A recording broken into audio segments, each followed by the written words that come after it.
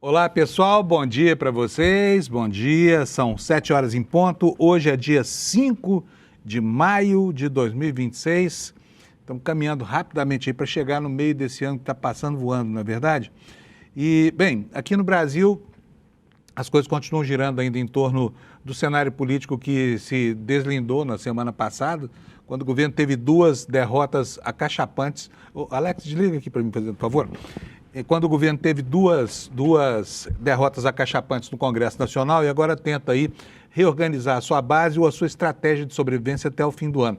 Enquanto isso, nós temos já em pleno curso um processo eleitoral que promete ser absolutamente polarizado e cujo resultado hoje ninguém é capaz seriamente de antecipar lá na frente, né? Até porque não existe um favoritismo claro. A respeito disso, a gente precisa lembrar que as coisas não têm sido fáceis no Brasil desde 2018, quando as campanhas começaram a ganhar uma nova dinâmica, a internet ganhou um papel de protagonismo que antes ela não tinha, era secundário, e a política passou a girar em torno dessa nova realidade aí, onde os símbolos e as versões, né, chamadas de narrativas, têm muito mais importância do que os argumentos factuais, do que a realidade factual propriamente dita.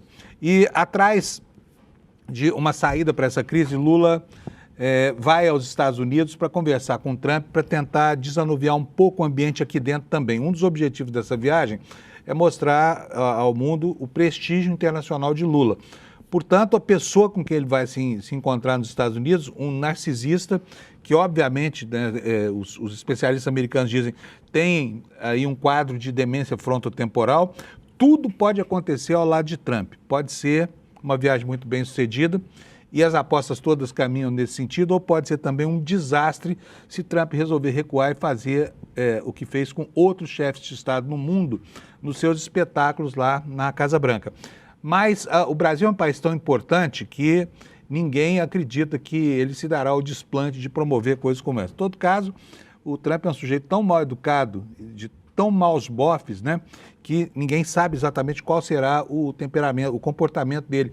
Portanto, é uma viagem de muito risco. A gente espera que o Lula tenha sucesso nessa empreitada aqui, porque senão a tentativa de mostrar respeito internacional, que ele efetivamente tem, pode complicar ainda mais a situação dele em face da campanha aqui no Brasil. Enquanto a gente observa os movimentos dessa pré-campanha, dos escaninhos da República vão saindo mais esqueletos para fazer barulho na parede das instituições, né?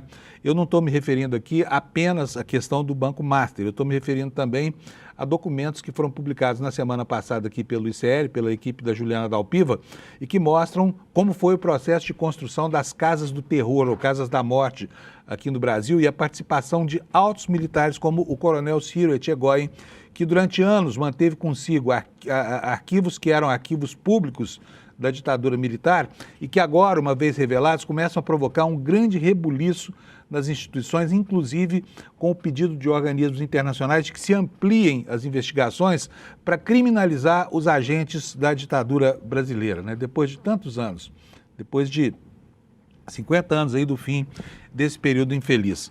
E é em torno disso que gira o nosso noticiário hoje aqui, tá bom?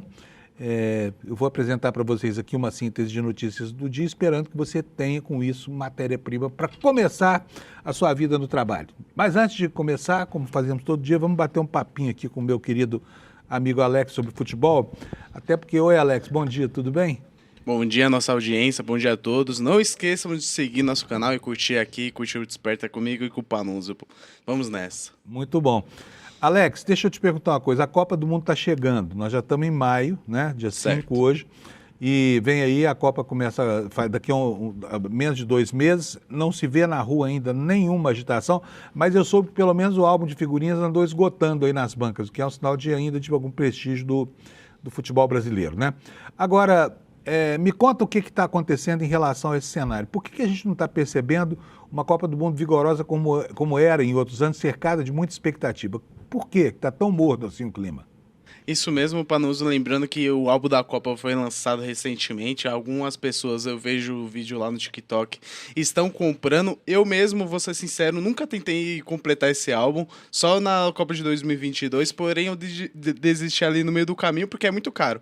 E eu era um mero estagiário e nisso eu deixei de lado, porém, o que eu creio é o que eu já falei aqui no Desperta algumas outras vezes, que é essa falta de aproximação entre a seleção brasileira e o público atual. Porque quando eu era criança, eu lembro que na comunidade onde eu morava, assim, faltavam uns 3 meses, o pessoal já preparava a rua, fazia aquelas artes, e tudo, pintava a calçada, e hoje em dia eu não vejo nada disso. Onde eu moro atualmente não tem nada, e o que eu vejo nada mais é que alguns vídeos no TikTok tentando trazer essa cultura novamente para a população, porém, eu acho que essa falta de proximidade entre a seleção e o pessoal atual meio que deixou de lado, e por isso o público não está torcendo tanto para a seleção, e sim, torce mais para o seu clube. E eu vou dar um exemplo: eu amo meu Palmeiras, eu prefiro que meu Palmeiras seja campeão do que a seleção brasileira, que lá atrás essa opinião seria mais diferente, porque o pessoal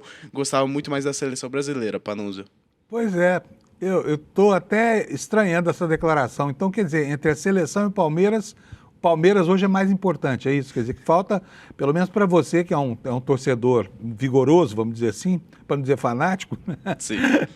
A questão da seleção brasileira ficou em segundo plano. Não é mais. Isso mesmo, e também essas questões, também o Trump fazendo merda lá nos Estados Unidos e tudo, os torcedores que não podem entrar, como o Senegal, alguns outros, deixam essa questão política um pouco tensa e deixa essa paixão do torcedor pela seleção brasileira um pouco de lado, porém, é algo que a CBF poderia trabalhar, essa marca. Eles fizeram lá o Vai Brasa, que aquilo nunca vi um brasileiro falando essa nomenclatura Vai Brasa, e sim chamava a seleção como canarinha. Então a CBF e os patrocinadores tinham que trazer o lado do torcedor, não o lado do torcedor elitizado, e sim o lado do torcedor, aquele da periferia, mais para perto da seleção brasileira, como o Corinthians faz muito bem com a sua torcida, o Palmeiras tenta trabalhar, o São Paulo, o Santos e outros times, além do eixo ali Rio-São Paulo e do sudeste aqui do Brasil, Panunzio. Alô, CBF, ouçam o que Sim. o nosso comentarista super de esporte aqui está falando, tá bom? Falta conexão com a periferia, que é quem alimenta mesmo a paixão pelo futebol no Brasil. Caso crasso aqui do Alex, né? Isso é o mesmo. próprio representante dessa periferia que fala a língua do povo. Sim. Agora, o Alex, o que aconteceu? Porque ontem a gente noticiou aqui aquele desentendimento entre o Robinho Júnior e o Neymar. Certo. Aí no finalzinho eu prestei atenção, você falou, não, eles são amigos aí, um pediu desculpa, o outro, tá tudo certo, mas não tá não, hein? A treta continua, né? Sim, então, ontem o Robinho Júnior postou uma foto com o Neymar, meio que selando as pazes e tudo. O Neymar comentou que o Robinho cuidou dele e ele cuidaria do filho do Robinho, batendo nele. Eu também não entendi muito bem. Como é que é o negócio? Como é que é isso? Cuidar, bateria no filho do Robinho pra cuidar, é isso? Isso, porque o que o Neymar fez no domingo foi uma agressão com o Robinho Júnior no meio do treino. E nisso ele falou que iria cuidar do filho, porém eu acho que tá cuidando de uma forma errada, ali da forma que ele estava falando. E eu tô vendo aqui no preview, Panunzio, que o Robinho Júnior acusa o Neymar de agressão e o Santos abre um processo interno pra apurar todos os fatos, pra verificar o que vai acontecer. Porém, eu creio que não vai acontecer nada, porque o Santos vai passar a mão novamente na cabeça do Neymar ao longo desses 2 anos que ele já está ali no Santos. E eu creio que ele não estará na Copa do Mundo por conta dessas atitudes infantis, Panunzio. Ó, aqui, só pra gente ter uma ideia do que é isso que o Alex está falando, vou pedir para botar a página no ar. Vou ler para vocês aqui essa notícia. Olha, Robinho Júnior acusa Neymar de agressão. Santos abre um processo interno. Quer dizer, as coisas não são assim, de um tomar conta do filho do outro, não. Segundo o UOL, né? Vamos ver aqui o que diz. Olha, Robinho Júnior notificou o Santos hoje, acusou Neymar de transgressão durante o episódio do treino do domingo. Representantes do jovem atacante solicitaram as imagens da atividade depois de ouvirem de funcionários do clube que ela teria sido gravada, né? O Santos tem 48 horas a partir de hoje para mostrar as imagens. O clube informou que abriu um processo de sindicato. Quer dizer que o pau está quebrando lá dentro do clube. Hã? Sim. Tá, né? E Neymar já se vão... desculpou diretamente pelo ocorrido. Representante da camisa 10 de sua família chegaram a conversar com Vivian, mãe de Robinho, durante o dia, e tinha uma indicação de que o caso estava resolvido. Santos e o Neymar, no entanto, foram surpreendidos com essa notificação. Acreditavam que o assunto estava encerrado no pedido de desculpas. Então a treta foi grande lá. Você sabe o que um falou para o outro, Alex? Eu não sei o que falaram, cada um para o que eles falaram, porém, eu sei que ontem a gente comunicou aqui no Desperto que o Neymar pediu desculpas, a gente até elogiou ali o Neymar, porém parece que o Robin Júnior levou muito pelo lado assim, é que profissional e pessoal, porque se você ser atacado no ambiente de trabalho não é nada legal, ele levou isso ali para ver o que o Santos possa fazer, apurar os fatos, e eu creio que não vai dar em nada, mas eu vou pesquisar para ver o que cada um falou pro outro, Panusa. Briga de comadres, né? Ou de Isso compadres, mesmo. no caso. Tá bom, só para você saber, tem uma nota aqui do Santos dizendo o seguinte: o Santos Futebol Clube informa que, por determinação da presidência, foi instaurado, sim, logo após a ocorrência dos fatos, processo de sindicância interna para analisar o episódio que envolveu os atletas Neymar Júnior e Robson de Souza Júnior, o Robinho, durante treino nesse último domingo no CT Rei Pelé. Então, não foi uma coisinha qualquer, né? Isso mesmo. Bom, e vamos lá. E sobre jogo em campo, Alex, temos alguma coisa? Sim, Panuso, hoje terá alguns times brasileiros em campo pela Libertadores e pela Sul-Americana. Porém, vamos começar ali pela Sul-Americana. O Atlético Mineiro vai encarar o Juventude do Uruguai. O Santos enfrenta o Recoleta, que é aquele que tem o presidente que pode jogar e o presidente é acima dos 40 anos. E nisso, o Grêmio vai jogar contra o Deportivo Riestra fora de casa. Rodada importante porque os times brasileiros na Sul-Americana não estão nada bem. E já pela Copa Libertadores, teremos o jogo entre Palmeiras e Sport Cristal, no estádio Alejandro Villanueva, lá em Lima, do Peru, 7 horas da noite. E lembrando que o Palmeiras nessa Libertadores não ganhou fora de casa, então é um jogo importante ali para a equipe brasileira assumir a liderança. E fora isso, Panuso, também ontem tivemos o jogo do São Paulo contra o Flamengo pelo Brasileirão A1. O nosso São Paulo ganhou de 2-1 do Flamengo e garantiu a vitória nisso. Então teve bola rolando ali no futebol feminino e vai ter bola rolando também no futebol masculino hoje, e amanhã a gente traz os resultados tudo certo aqui para nossa audiência, Panusa. Maravilha, muito obrigado. Bom dia para nós, né, Alex? Vamos nessa, bom programa. Qualquer coisa apareça por aqui. O Alex segue como meu diretor de TV aqui, cortando e botando os videotapes e as câmeras no ar. Então qualquer erro você põe na conta dele, tá bom? Pessoal, vamos lá, vamos ver os destaques aqui na capa do ICL de hoje, né? Eu quero dar bom dia de novo para você que está acordando agora. Só que antes de mostrar para vocês essas notícias todas que estão aqui na nossa capa, eu tenho que falar da meteorologia, né? Olha só como é que está hoje o Brasil aqui, ó. Outono, né? Então, no outono, a calha norte do Amazonas tem chuvas, é normal. Algumas capitais do Nordeste também têm chuva. Aliás, a maioria das capitais do Nordeste tem chuva hoje, tá? São quase todas. E no restante do Brasil, a tendência é de dia bonito, aquele céuzão de azul lindo outonal que eu particularmente adoro, né? Vamos logo passar aqui para a temperatura e as condições do clima nas capitais, para que você possa ter uma ideia do que está acontecendo. Aqui na região da Serra Gaúcha e da Serra Catarinense, no interior de Santa Catarina, né, isso indo até o meio norte mato-grossense, até o sul do Paraná, chuva teremos aí, tá? Isso aqui é na manhã de hoje, tá? Previsão de chuva para amanhã. Vamos ver como é que fica aqui a previsão para hoje à tarde, para a gente ver se consolida. À tarde abre o tempo e aí nós teremos, olha, lá em Porto Alegre, nuvens no céu, 29 graus Celsius de temperatura, mas não teremos chuva. Em Florianópolis, nuvens também, 27 graus Celsius. Em Curitiba, nuvens, dia nublado, com 25 graus de máxima. Aqui no Sudeste, em São Paulo, 27 graus de temperatura máxima, céu bonito. No Rio de Janeiro, tempo nublado, com 30 graus de temperatura, um outono quente. Em Vitória, também 30 graus. Em Belo Horizonte, poucas nuvens, com 29 graus Celsius de temperatura. Aí vamos aqui para o pôr do sol mais bonito do Brasil, que é o de Brasília, né? Brasília terá poucas nuvens hoje, 27 graus. Eu adoro o céu de Brasília no outono. Sabe, aquele pôr do sol, assim, a gente, quando trabalhava lá no Congresso Nacional, era setorista lá, a coisa que mais me dava prazer era ver o sol deitando na esplanada no eixo monumental, bem na frente da esplanada dos ministérios. É lindo, sabe? Vale a pena ir a Brasília só para ver o pôr do sol. Hoje vai ser um dia desses, nós vamos ter temperatura máxima lá de 27 e um dia de nuvens muito azuis, de céu muito azul. Em Goiânia, poucas nuvens também, temperatura máxima de 30 graus. Em Campo Grande, 32 graus Celsius.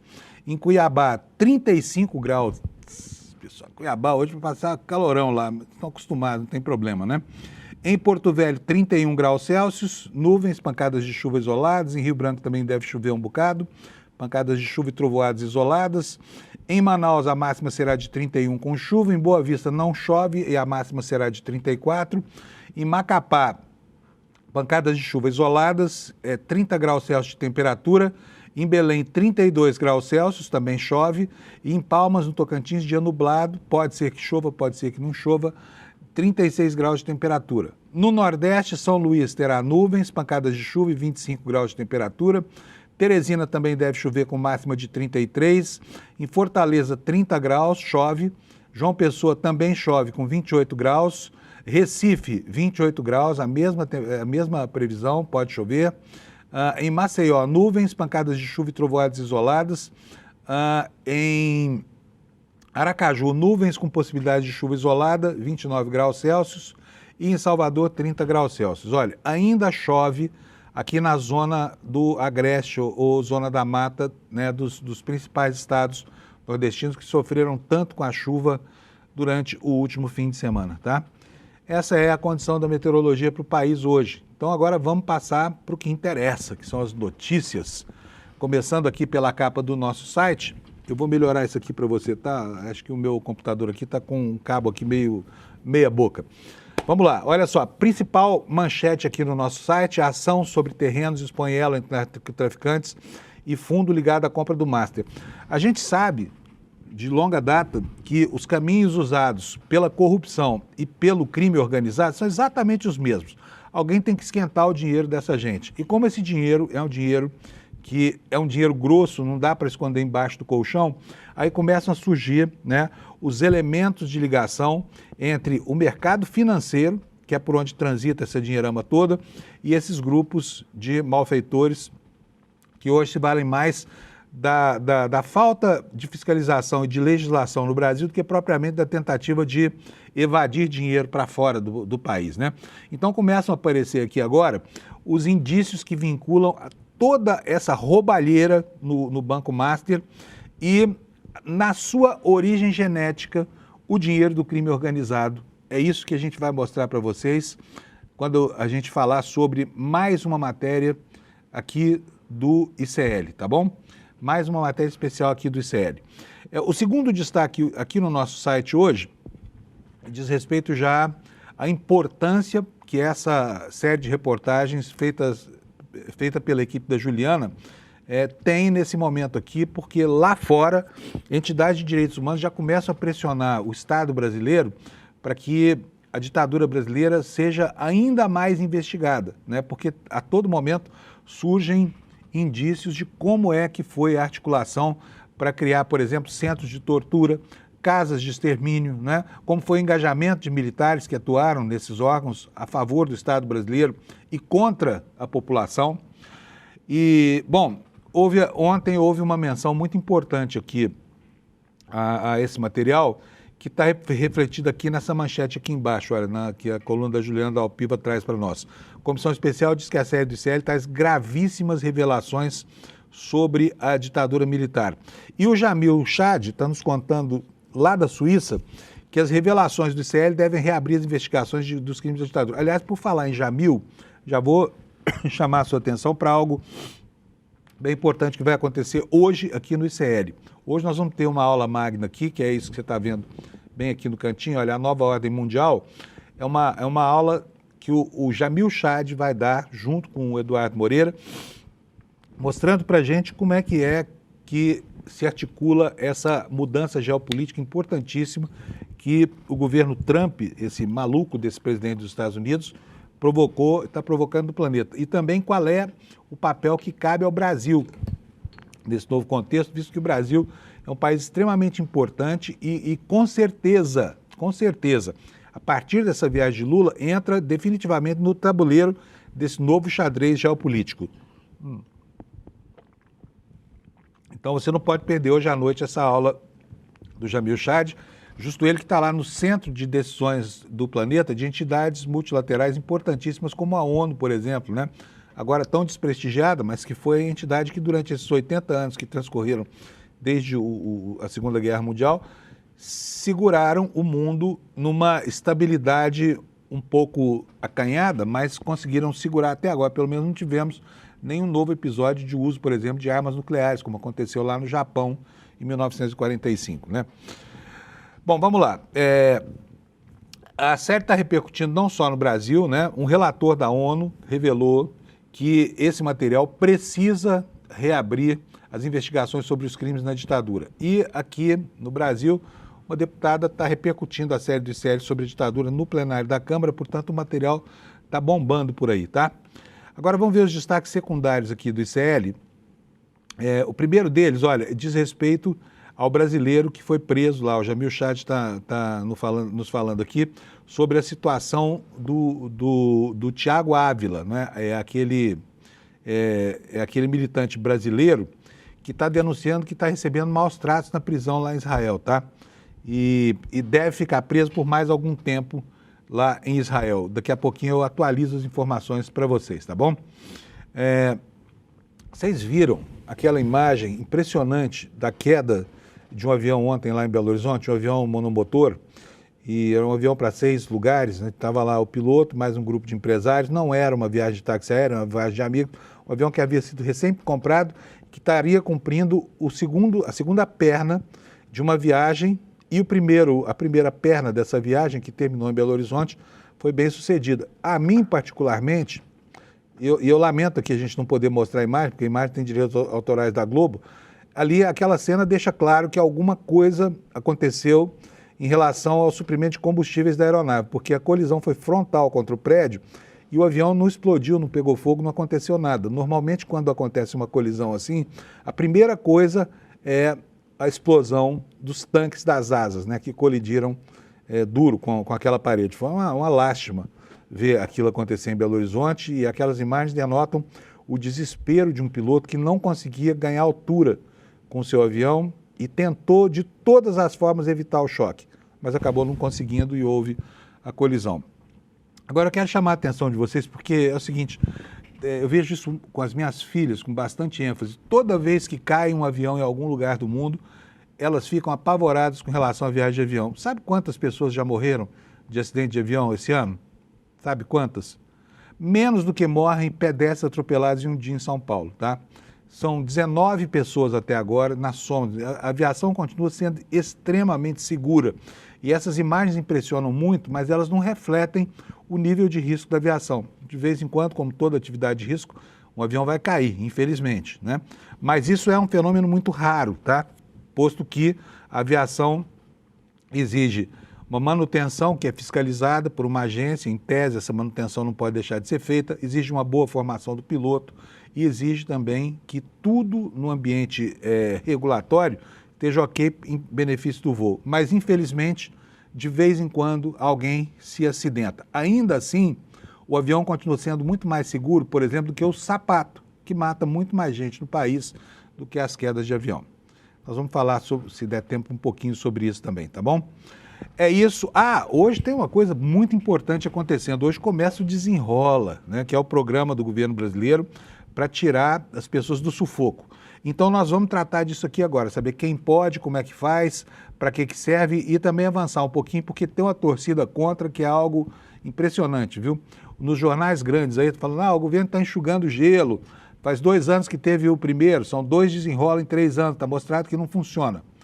Vai ver como é que é, né, o sufoco de uma família de classe média baixa que depende do cartão de crédito até para comprar o arroz no supermercado, sabe? Não ter acesso ao crédito significa piorar demais a qualidade de vida. E como o número de pessoas inadimplentes no Brasil é muito grande, isso acaba virando um problema macroeconômico, tá? Porque as pessoas impedidas de ter acesso ao crédito perdem acesso também ao mercado de consumo, né? Vamos falar sobre tudo isso aqui um pouquinho, tá bom? E eu vou aproveitar que já são 7h24 para conversar com o meu amigo Kleber Lourenço, que está lá na redação aqui do ICL, com dados atualizados sobre um monte de assuntos que ele apura. Bom dia, doutor Kleber. Bom dia, Panunzio. Bom dia, comunidade do ICL. Tudo bem? Tudo beleza, Kleber? Kleber, Tudo ótimo, hoje eu Panunzio. vi que a sua pauta está menor, hein? Sua pauta está menor do que sempre. Então eu quero saber por que sua pauta está menor do que sempre. Vamos começar aqui pela primeira notícia sobre o embate entre deputados e militares na Câmara Federal. Explica o que está acontecendo lá. Olha, Panunzio, a Comissão de Relações Exteriores e Defesa Nacional da Câmara dos Deputados não era para ser, não era o ideal, mas virou uma verdadeira zona de combate entre militares e políticos da extrema-direita e também da direita. Em um dos embates que ocorreu na semana passada, por exemplo, nós tivemos o deputado Marcel Van Hatten, que foi ali alvo de dá pra gente chamar dessa forma, de uma intimidação do general responsável pela assessoria parlamentar do Exército na Câmara dos Deputados. Isso é um outro absurdo que a gente já vai tratar daqui a pouco, mas ele foi chamado de canto pelo general depois que ele falou que, depois que Marcel Van Hatten, o deputado do Novo e de extrema-direita, chamou o atual comandante do Exército, o general Tomás Paiva, de frouxo. Eu pedi para a nossa equipe separar o vídeo do momento, vamos ver e depois a gente comenta sobre isso também, pode ser? Vamos lá, vamos ver.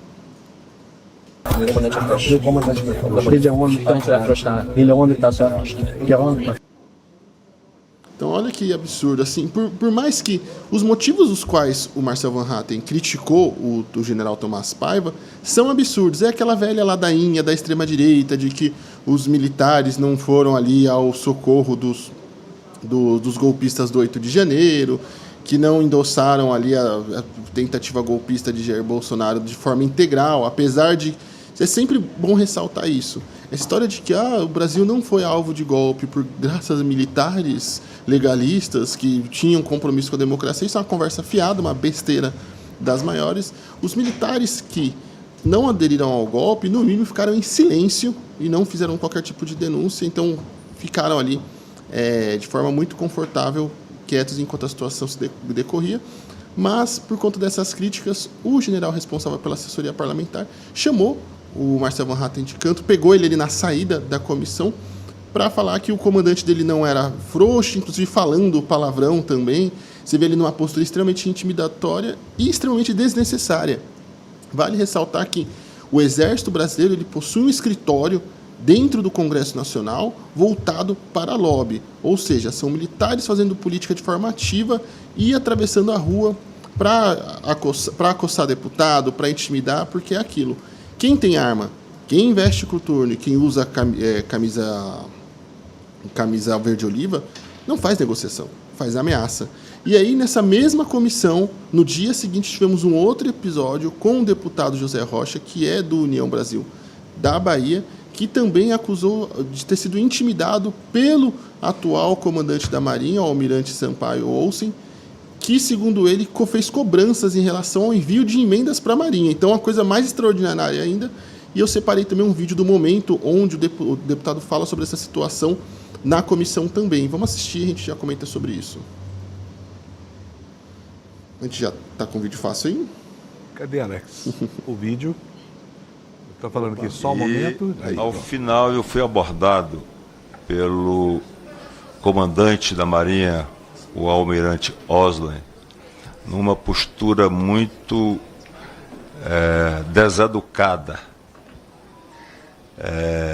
me abordando, dizendo que não haveria sentido a permanência da frente parlamentar, que ele podia pedir a destituição, falecendo a ele essa competência.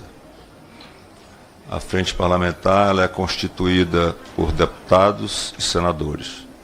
Frente parlamentar mista. O senhor, como comandante da Marinha, não pode instituir a frente parlamentar. E com abordagem dizendo que nós temos emendas além do que deveria ter. E dizendo que os deputados não estariam colocando as emendas para a Marinha. Olha só que absurdo, isso aconteceu durante um evento da Marinha em Brasília, Panunzio. Ele afirma que ele estava ali acompanhando o evento, que foi ali confrontado pelo comandante da Marinha, que, a grosso modo, disse, olha, cadê minhas emendas? Foi cobrar emenda para o deputado. Eu conversei depois em ligação, liguei para o deputado José Rocha, conversei com ele também, e ele classificou a atitude do comandante da Marinha como grosseira. E achou um absurdo que tenha recebido esse tipo de cobrança por emendas de um comandante de força que, segundo o relato, inclusive, do próprio deputado, ameaçou de acabar com a frente parlamentar da Antártida, enfim, uma coisa que o comandante da Marinha não tem qualquer tipo de gerência ou poder para que seja feito. Então, veja, são 2 casos, inclusive, que colocam ali os militares dentro de confusão com o Congresso Nacional, porque foram fazer o que não é atribuição deles, que é política, foram atravessar de novo a rua para fazer política. É um absurdo que o governo Lula ainda permita que o Exército tenha um escritório de lobby dentro do Congresso Nacional. Daqui a pouco a gente vai aceitar o quê? Que, por exemplo, que as BETs tenham um escritório de lobby também dentro do Congresso Nacional, que empresas de fintechs ou outros segmentos comerciais e empresariais tenham também um escritório de lobby dentro da Câmara dos Deputados, sendo que esse tipo de articulação política, que a gente entende que é necessária para recursos e afins, devia ser intermediado pelo Ministério da Defesa. Há tempos, isso não é de hoje, os militares não passam pelo Ministério da Defesa, inclusive ficam buscando maneiras de driblar o Ministério da Defesa para que possam buscar suas próprias demandas, recursos e fazer política ativa.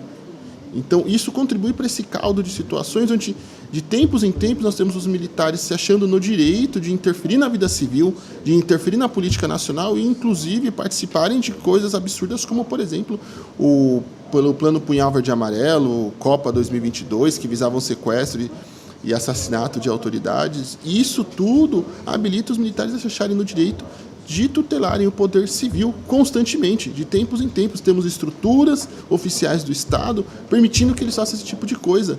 E se eles estão em mais uma confusão agora com a direita, com o centrão, é por culpa deles próprios, que ficaram ali orbitando Jair Bolsonaro e suas atitudes políticas, encheram o governo de militares, inclusive em cargos de primeiro, segundo, terceiro, quarto escalão, que seja, e agora, por conta da sua condução extremamente atrapalhada, problemática e confusa, que só criou problemas e atrasos para o país, estão sendo alvos também de críticas da própria extrema-direita, que era apoiadora deles, que era a queridinha deles e tudo mais, Panuso. Então é mais um caldo de confusões criados pelos militares e pela inação do Estado brasileiro de cortar todos os vínculos que os militares têm com a atuação política extremamente indevida e, no mínimo, delinquente. Eu conversei também com o Cabo Gilberto, líder da oposição na Câmara dos Deputados, e ele também reforçou que acha um absurdo que o Exército tenha uma assessoria parlamentar, um escritório de assessoria parlamentar dentro da Câmara dos Deputados, e disse também, inclusive, sobre ver e discutir isso aí. Das palavras dele, vamos discutir isso aí e rever também essa questão. E falou que eles vão trabalhar a oposição na Câmara para convocar não só o comandante Sampaio Olsen, mas também o chefe do Exército, Tomás Paiva, e também José Múcio para a Comissão de Relações Exteriores, para explicarem esses episódios recentes que nós estamos assistindo e que são um escândalo. Isso em qualquer outro país seria um escândalo absurdo, comandantes de forças generais e almirantes indo cobrar deputados sobre emendas e qualquer outro tipo de assunto. É um absurdo gravíssimo que temos que ficar atentos, Panunzio. Agora, ô Kleber, você sabe que não lhe falta razão de tudo nessa reclamação. Por quê? Esse mercado das emendas virou um mercado persa. Quando a gente pega o perfil de deputado, quer ver? Eu vou mostrar para vocês aqui o perfil do Zé Rocha mesmo, né? Tá aqui, olha. Ele, ao longo dos últimos anos, todos lá como deputado, ele apresentou quantas emendas? 209 emendas que beneficiaram 68 pessoas ou entidades, tá? Tá tudo isso aqui. O que é isso aqui? Município de Sítio do Mato, Fundo Municipal de Saúde, não sei aonde, município de Brumado, Liga não sei o que contra o câncer. Aí você começa a ver uma série de ONGs que usam esse dinheiro. Mas sabe quanto é que foi que esse deputado José Rocha indicou de emendas? 138 milhões, só nesse mandato, 138 milhões de reais. O deputado hoje é um sujeito que fica lá em Brasília assinando cheques para essas entidades, sabe? Porque o dinheiro que eles têm é um dinheiro enorme, dá um trabalho danado para gastar, viu? Não, e essa questão de emendas, para nós, é um absurdo também, porque usurpa as prerrogativas do Executivo de execução orçamentária. O Executivo tem técnicos e especialistas dos ministérios voltados para a formação de políticas públicas, campanhas ali, seja de alfabetização, vacinação, saúde pública, segurança pública. Então, o dinheiro do Executivo Federal, quando ele é aplicado nas áreas de interesse da sociedade, ele vem de forma estruturada e forma organizada porque passa por servidores de carreira e especialistas. Agora, da forma que a gente tem as emendas hoje em dia, que são distribuídas a esmo, não tem nenhum tipo de planejamento. Aí nós temos histórias, por exemplo, de cidades que têm mais troca de dente do que tem cidadãos com dente na cidade. A gente tem pessoas ali com mais casos de mais amputações do que cidadãos têm nessa cidade. Então, assim, vários casos absurdos. Ninguém tem perna, né? Não sobra uma perna para nenhum habitante. Exatamente. Dado o número de amputações. E aí isso dá o direito de o comandante da Marinha, por exemplo, ir lá cobrar mais emendas, como faz todo mundo. Assim, é uma série, mais uma vez, é uma série de bagunças e situações sem qualquer tipo de regramento, organização, que vão só piorando a situação do país e da sociedade como um todo. Então, isso vai se avolumando, isso vai criando um caldo ali de ressentimentos, mágoas e conflitos, e sabe-se lá onde a gente vai parar com essa situação. Porque tampouco as emendas estão perto de acabarem ou terem qualquer tipo de regulamentação mais organizada, apesar dos esforços do ministro Flávio Dino, tampouco há qualquer tipo de sinalização para barrar de forma efetiva e definitiva a atuação política dos militares na vida civil. Então, nenhuma dessas coisas ainda foi resolvida e está perto de ser resolvida. Bom, semana passada a gente viu uma cena bizarra, mudando completamente de assunto, que foi a Cássia Kiss implicando com uma travesti que estava fazendo xixi no banheiro das mulheres. Você viu essa cena, né, Kleber? O Brasil inteiro... Bom, o que acontece é o seguinte, é o velho embate que tem entre pessoas que são pessoas transfóbicas e acham que pessoas que se identificam com o gênero feminino, mas que biologicamente nasceram no sexo masculino, têm obrigação de usar o banheiro masculino. Eu não sei qual é o assunto, eu reconheço que é polêmico. Agora, você construiu uma lei para discriminar pessoas trans, né, que se identificam como mulheres, e proibi-las de frequentar o banheiro feminino é algo que não cabe, inclusive no ordenamento jurídico brasileiro, que condena a transfobia, né? E o Kleber apurou aqui, olha, uma informação, eu vou até pedir para o Alex botar minha página aqui no ar.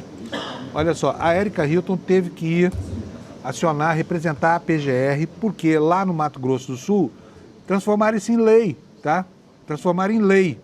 Agora eu queria perguntar para esses soletes deputados e para quem promulgou essa lei lá no Mato Grosso do Sul, se os homens se sentem à vontade com uma mulher, porque a mulher trans é uma mulher, no banheiro masculino, né? Não sei, isso é opinião pessoal, aqui não importa nada. O que importa é o desdobramento político disso. E é isso que eu quero saber de você, o Kleber, por que houve a necessidade de uma deputada federal, uma deputada trans, representar a PGR para tentar conter esse absurdo lá no sul, no Mato Grosso do Sul?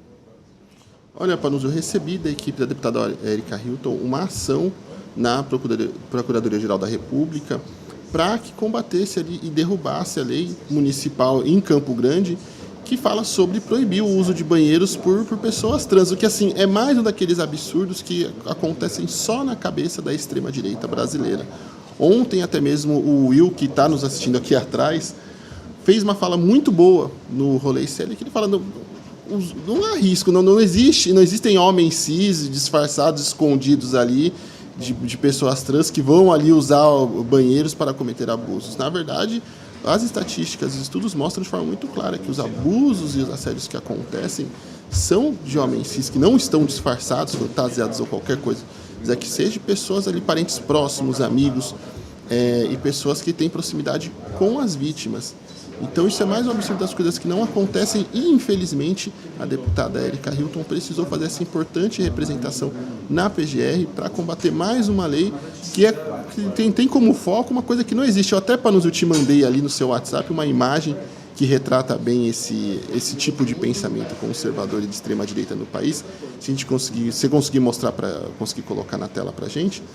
Mas ela precisou entrar com essa iniciativa após a sanção da lei, que foi aprovada pela prefeitura. Então, basicamente, essa imagem ilustra um pouquinho do que acontece na política brasileira dos conservadores. Eles pegam coisas que não existem e que criam grandes ameaças, grandes perigos e temores e usam isso para aterrorizar a sociedade de forma extremamente lamentável e desnecessária. Eu espero que a PGR tome uma posição correta sobre esse caso e que a ação da deputada avance em favor da derrubada dessa lei absurda.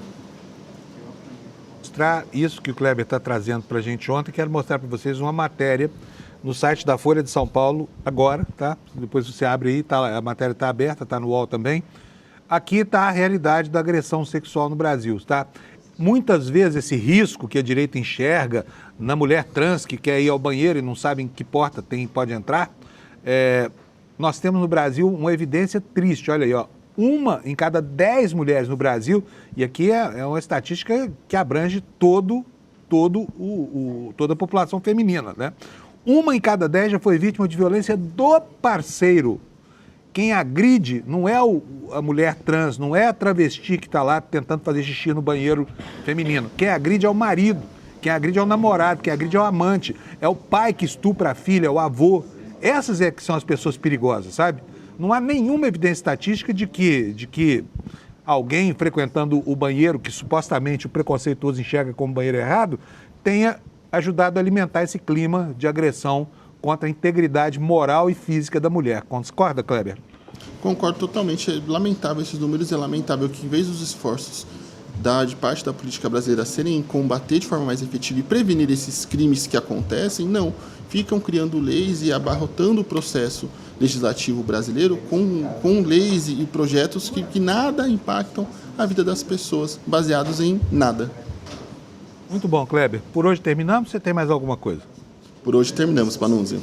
Então tá bom. Então a gente se encontra aqui amanhã para completar, para continuar o nosso perscrutar do mundo aqui. Obrigado, Kleber. Imagina, tchau, tchau. Abração para você. Eu vou só complementar essa informação aqui, porque eu sei que você ficou interessado nela. Esse dado aqui é um dado global, tá? Quer dizer, o problema da aversão à autonomia feminina não é só no Brasil. O Brasil é um dos países mais preconceituosos do mundo, mas o mundo inteiro ainda lida com essa chaga que é o machismo e a misoginia, né, que produzem vítimas toda hora aí entre a população vulnerável. Então vamos lá, ao menos 1 em cada 10 mulheres no Brasil é vítima de violência de parceiro, aponta estudo. Pesquisa aponta 608 milhões de mulheres vítimas no mundo e efeitos duradouros como depressão e morte. Vou ler para vocês aqui. Cerca de 11 milhões de mulheres no Brasil tinham sofrido em 2023 violência de parceiro íntimo, aponta um estudo da Global Burden of Disease publicado na revista The Lancet. O número representa entre 10% a 14% da população com 15 anos de idade ou menos, segundo o relatório. O levantamento, que analisa o impacto de doenças e fatores de risco em escala global, posiciona o Brasil em uma faixa intermediária no cenário internacional, próxima à observada em outros países da América Latina. A região não concentra os índices mais altos do mundo, mas mantém uma ocorrência contínua de violência espalhada por diferentes contextos sociais. Em nível global, a proporção é mais alta. Cerca de 1 em cada 5 mulheres já sofreu violência de parceiro íntimo. 1 em cada 5, tá? 20% da população feminina.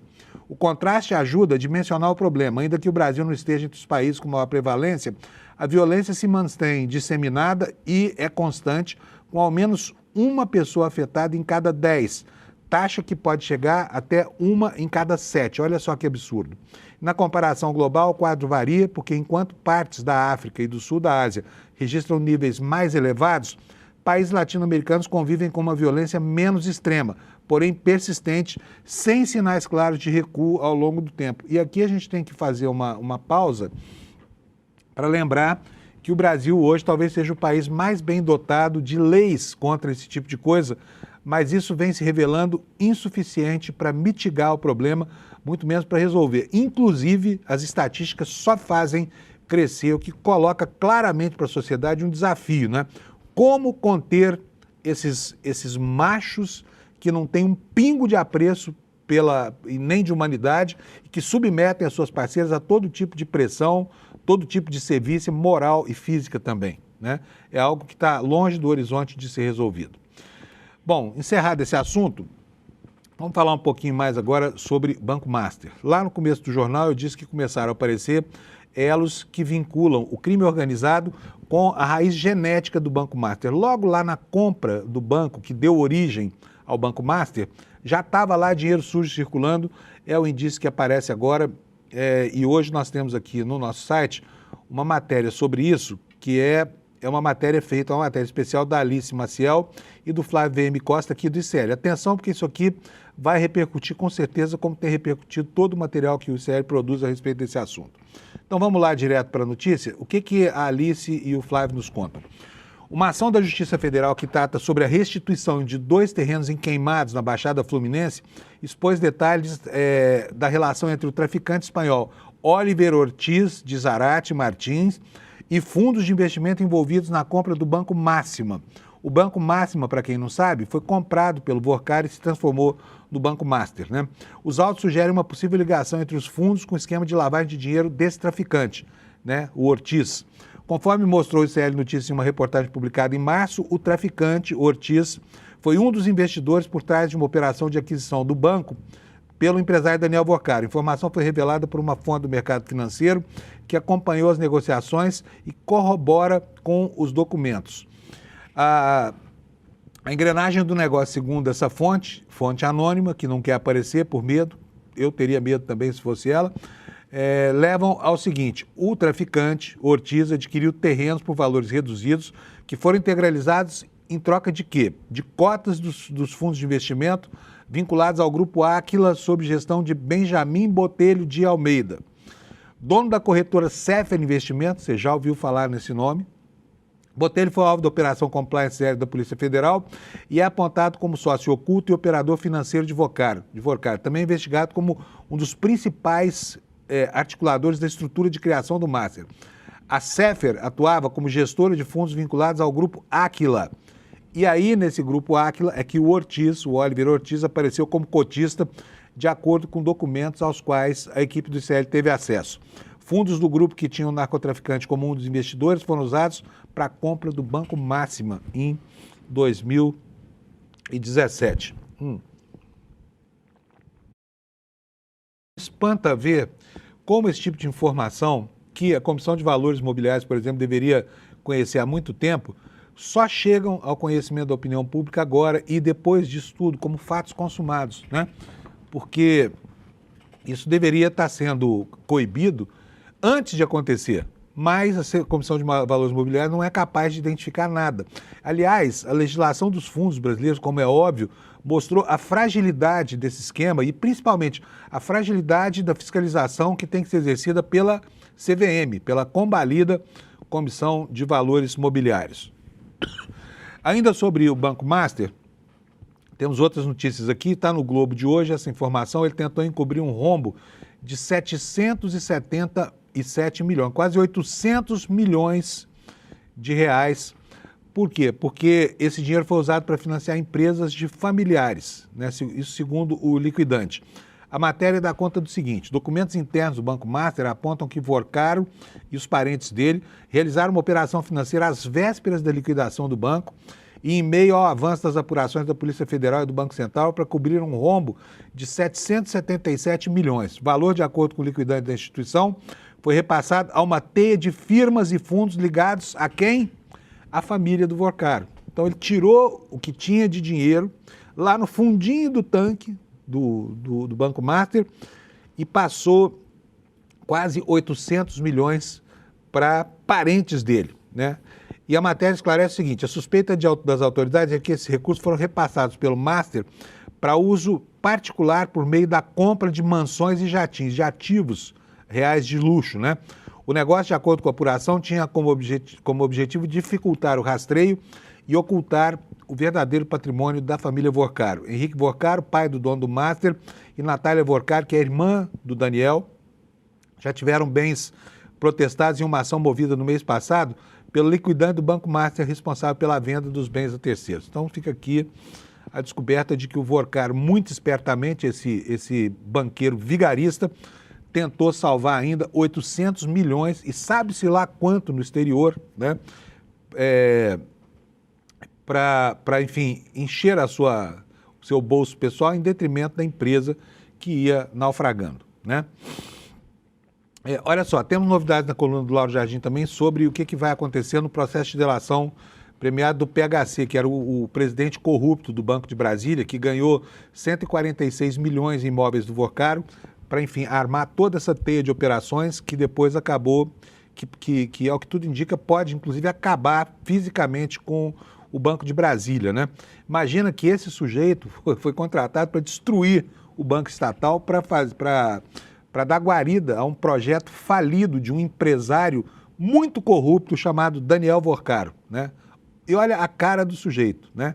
Que disfarçatez. 146 milhões de reais em propina em apartamentos.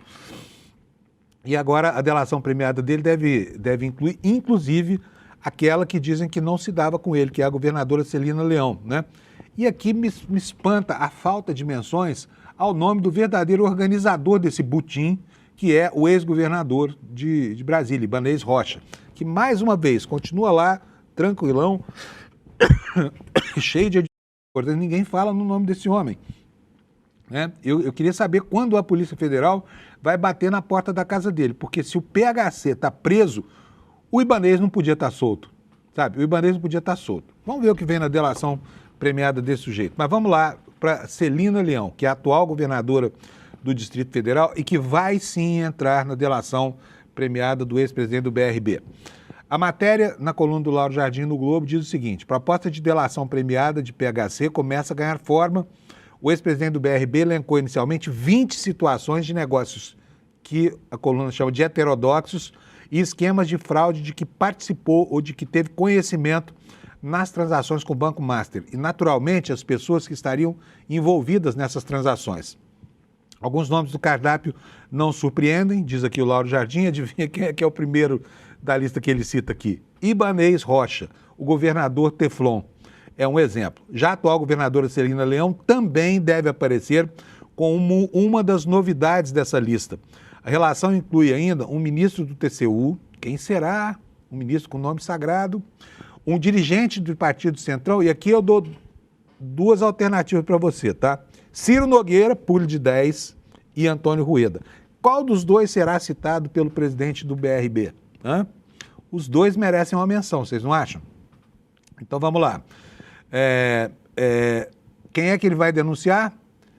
Um dirigente partidário do Centrão, me espanta que seja só um, funcionários de carreira do Banco Central, a gente já sabe de 2, e deputados distritais em Brasília. Esses a gente ainda não sabe quem são. Parlamentares federais como deputados e senadores ficarão de fora.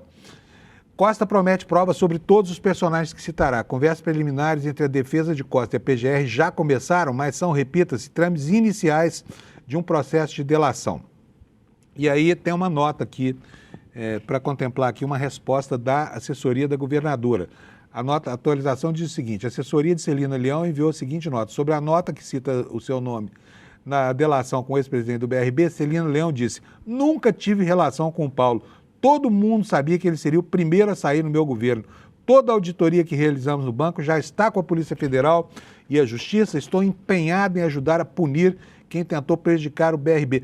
Governadora, mas o Ibanez é tão amigo da senhora.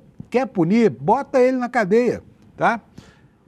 Esse é o nó gordo dessa questão. Como é que esse governador conseguiu passar incólume pelo 8 de janeiro e agora, até aqui, também não foi incomodado por ninguém? A Polícia Federal já bateu na porta de um monte de gente. Na do Ibanez, ninguém vai. Hoje a umidade do ar está mais baixa aqui, então essa tosse é a tosse do outono e do inverno. Vocês estão acostumados com ela já desde o ano passado, né? Vamos lá. Olha só, a União vai ajudar o BRB? Por quê? O BRB ficou com os 12,2 bilhões de prejuízo e muito mais, que ainda não se sabe direito, porque está sendo auditado ainda, né, do que foi roubado, literalmente roubado, por essa turma de gangsters aí, que incluía esse banqueiro pilantra chamado Daniel Vorcaro e mais os funcionários públicos aí que o ajudaram no Banco Central, no Supremo Tribunal Federal, no Congresso Nacional, em tudo quanto é lugar, né? E agora o pepino tende a sobrar para o governo do Distrito Federal. E aí, só que nós temos uma posição até agora muito consistente do governo federal de que esse problema não é dele, E aqui o Valor Econômico hoje traz uma manchete que eu vou mostrar para vocês agora, afastando a possibilidade ou o interesse de ajudar a resolver essa situação aí por parte do governo federal. Matéria da Jéssica Santana, do Valor lá de Brasília, ela afirma que se não houver risco sistêmico, não tem por que a União ajudar o BRB, diz o ministro da Fazenda, Dario Durigan. Ele afirmou que o governo só vai ajudar a salvar o Banco de Brasília se houver risco sistêmico. E, caso contrário, sinalizou que a solução para o Banco Público do Distrito Federal precisa ser encontrada pelo governo do Distrito Federal. O que disse o ministro? Disse o seguinte: o problema é do BRB, é um problema do GDF. Eu não estou dizendo que a União, em algum momento, não pode entrar, mas a responsabilidade é do GDF. Se não tiver risco sistêmico, existem mecanismos para lidar com isso.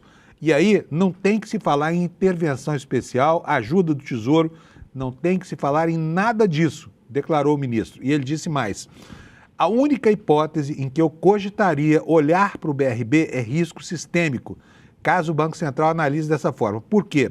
Para salvar um banco que tem as suas especificidades, esse não é o papel do Tesouro Nacional. Não posso pegar dinheiro público para cobrir um rombo de um caso, no mínimo, mal explicado, disse o ministro da Fazenda.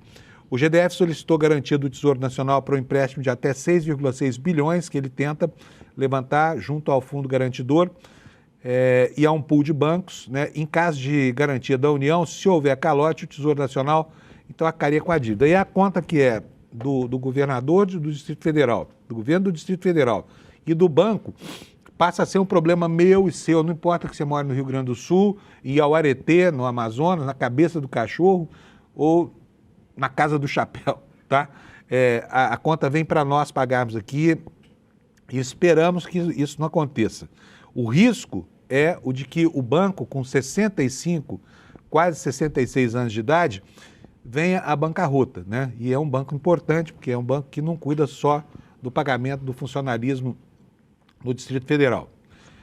Bom, é isso aí. Mais informações sobre esse episódio, agora sobre a repercussão política, também no jornal Valor Econômico. Olha aqui, o Paulo Pimenta, que agora é líder do governo, né? Está cobrando, atenção, hein? Paulo Pimenta, um dos quadros mais importantes do PT, está cobrando a instalação da CPI do Banco Master depois que o Messias foi rejeitado. E aqui antes de ler a notícia para vocês, fica a sensação de que algo que é muito evidente foi esquecido ao longo das últimas semanas quando se fala de Master. A crise do Master é uma crise da direita brasileira. Tem gente do campo progressista? Tem. Essa gente vai ter que se explicar.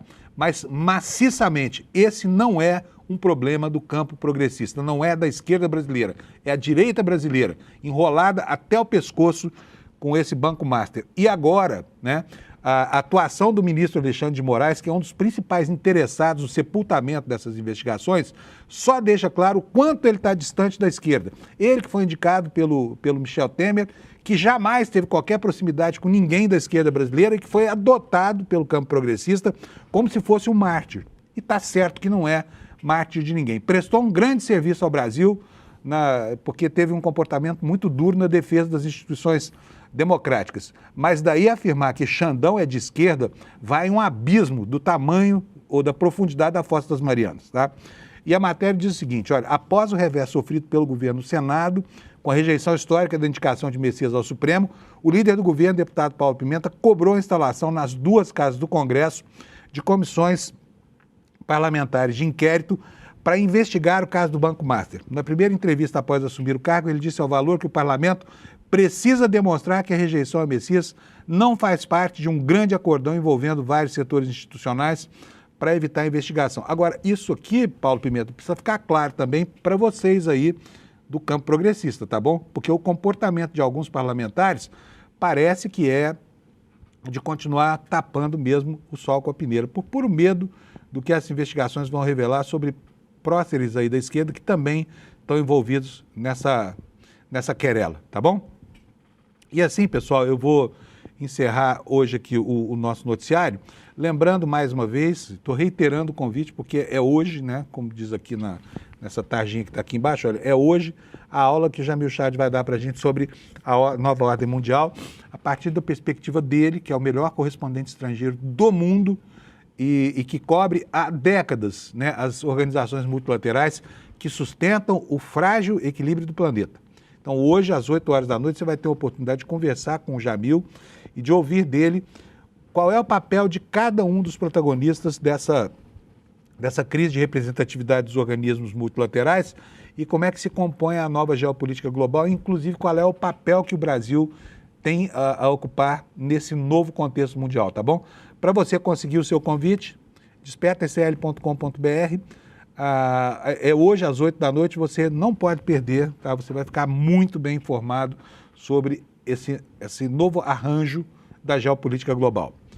Então, quero desejar para vocês um bom dia. Eu quero saber do Alex aí, temos audiência hoje, Alex? Não temos audiência de novo, está faltando audiência aqui para nós. Eu vou até ver aqui como é que está, aqui no nosso status.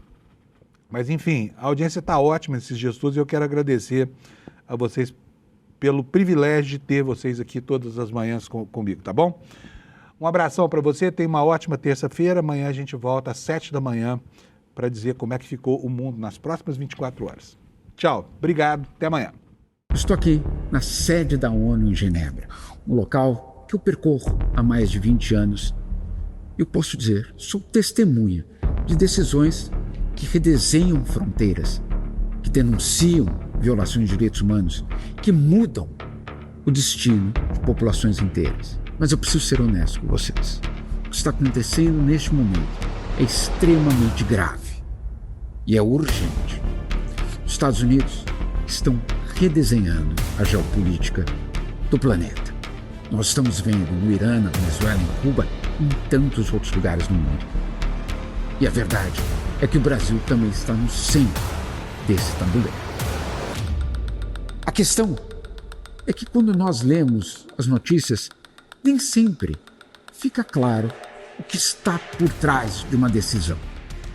E por isso, eu preparei uma aula gratuita e quero te mostrar o que eu enxergo aqui de dentro, o que está em jogo nessa nova ordem mundial e como isso já está afetando a vida de cada um de nós brasileiros.